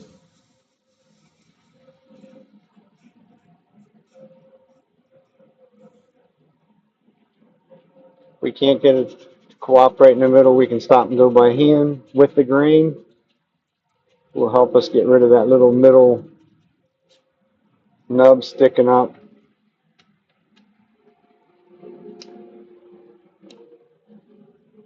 So it's allowing us to do it, so we're just going to keep on going for the inside. Might do something different on the outside as well, since we're able to do something.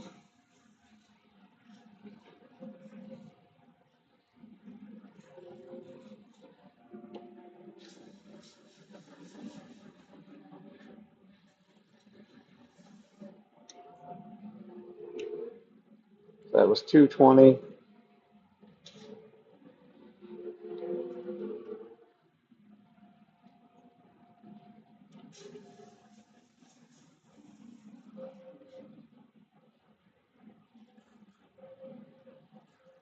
$320.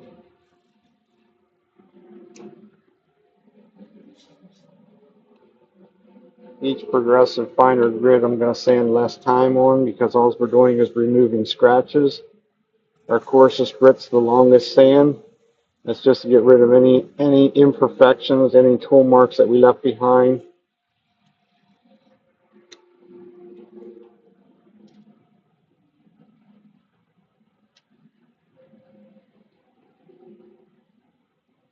So that looks good for the inside.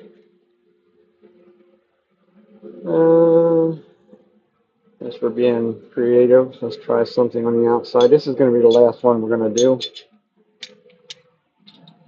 Put some tools away so they're out of the wet chips.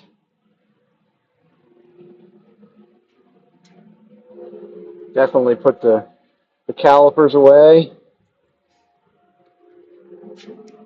I have my biggest set of those calipers is kind of almost rather nasty looking because I laid them back here on the table behind me as I was doing something, working on something, and I literally scooped them up in that big dustpan and threw them in the bag full of chips, wet chips no less, to discover it probably a week later. Like I was looking for it and couldn't find it, and I'm like, oh shit, I know where it's at. I had dug down through the bag of chips and there it was, and it's totally, I've gotten it pretty cleaned up, but it was totally rusted. It still has some rust pits in it, but wasn't a good thing to do.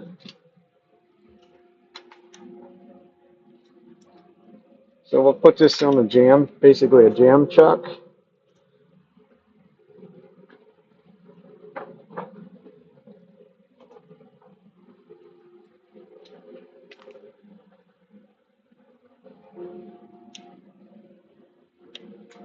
This is even on the smaller chuck, which is fine.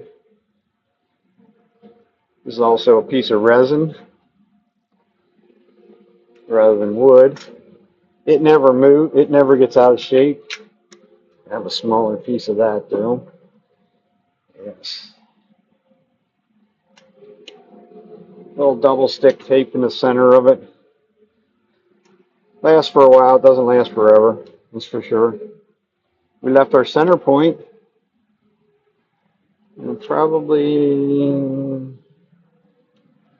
not sure this will do any good. I'm going to put a couple paper towels. These are the Brawny Foursquare, so if I put a couple of them in there, my concern there is that the yellow is going to bleed as we would do things, as we spin this. So I left that center hole. I'm just going to bring the point up and touch in that center hole. I'm not putting very much pressure at all on it. And then we'll go back. And we'll see if we can stand the outside. I will spin the outside in reverse. It probably will slow it down a little bit since where it's at. So we're about 800 RPMs, 850, 860. So now it is going to let me sand this outside pretty easily. I've taken so much moisture out from the inside that now the outside is pretty much dry or drier.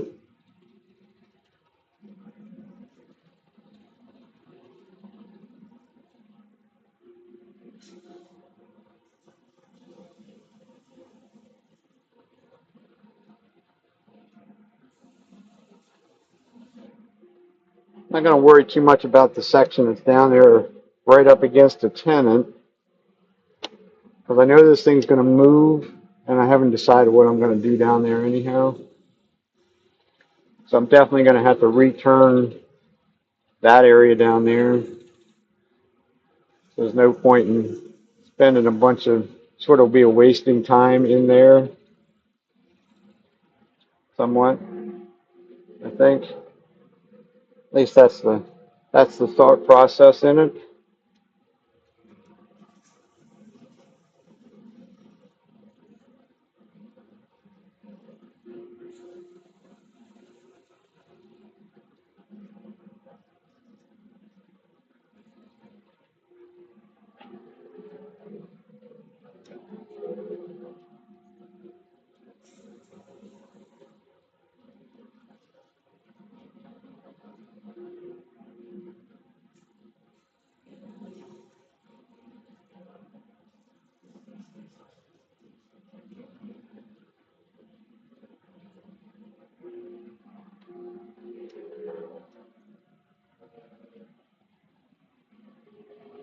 So that's sanded smooth now. Not smooth enough to finish it by any means, of course, or not dry enough, I should say. Not, it's smooth enough.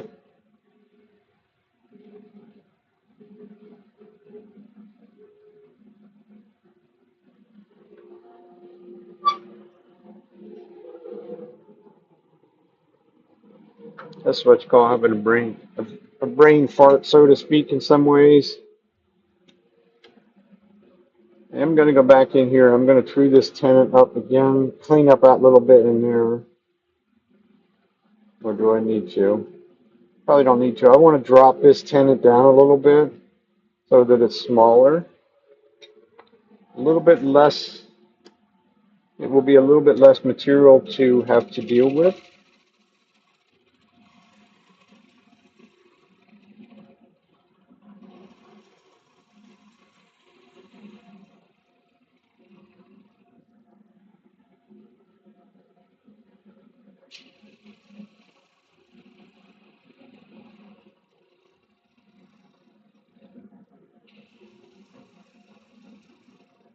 And I also cleaned up around the very base of it.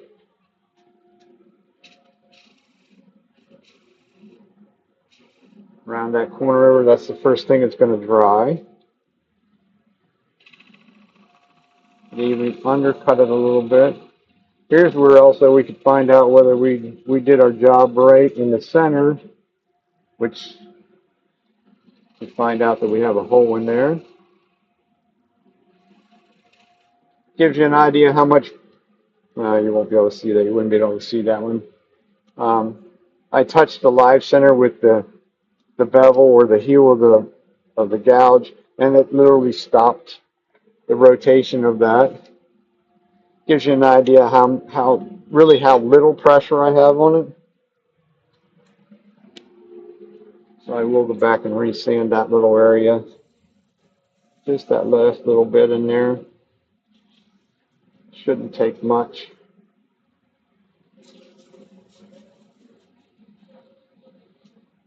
I didn't even go, I went to 220 right off the bat. So a little 220, 320, and we'll be done. Clean up our mess and call it a day. Anybody have any questions, comments? If you like what you see and you could hit that subscribe button, would be greatly appreciated. As Al says, help an old man out.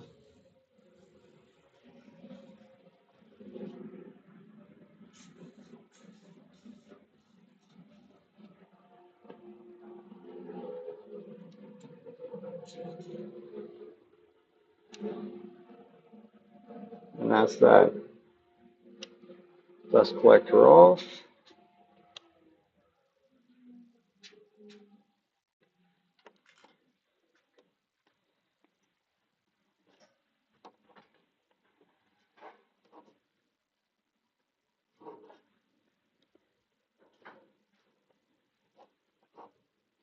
Paper towels on the inside probably help to dry it out even some more yet.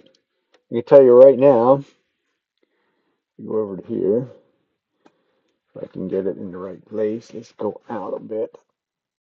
Okay. So 5 and over there, about 5 and 7/16 in that direction.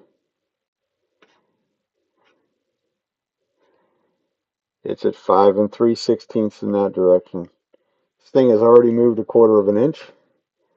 Just in that little nick of time that we spent sanding it, the grain is running that way, so it's already shrank in from the sides by a quarter of an inch, so an eighth of an inch on each side. This one, I probably will put this in a small paper bag overnight.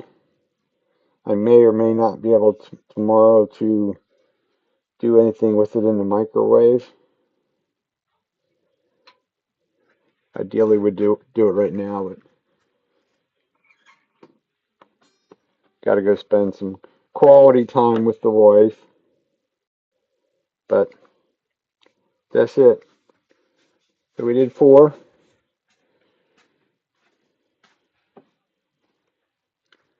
Get rid of this chuck. Let's see the 4 that we did.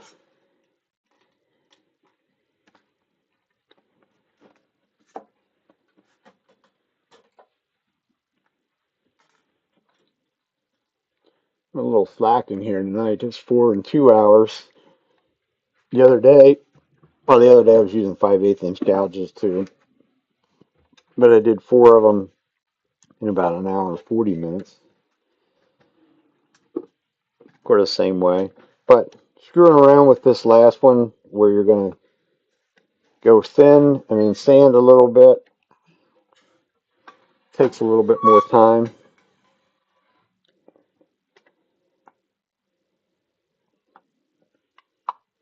That almost looks like you cored that out of the center of that, which is kind of neat in a way, I guess.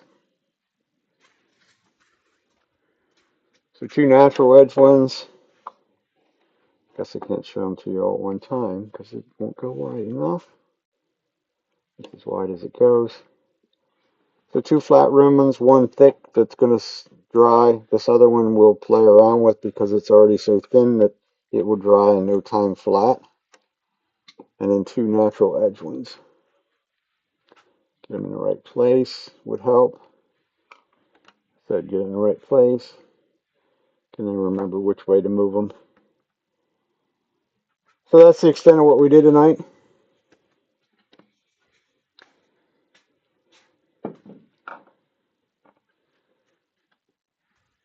So Sunday night, 6 o'clock my time. If you subscribe, you'll know that, or you'll see from time to time, I do come on during the weeks from time to time. If I'm going to be down here late afternoon or something like that, I will come down and do a live stream. And it's pretty much, I talk a lot less because I'm just doing my own work.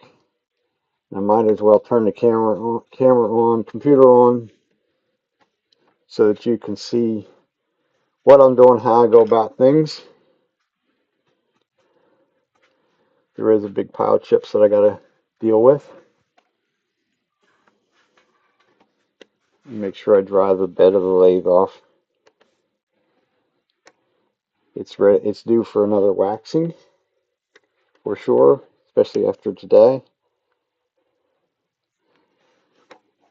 because we don't want any of this wet stuff laying on there. It will rust it quickly.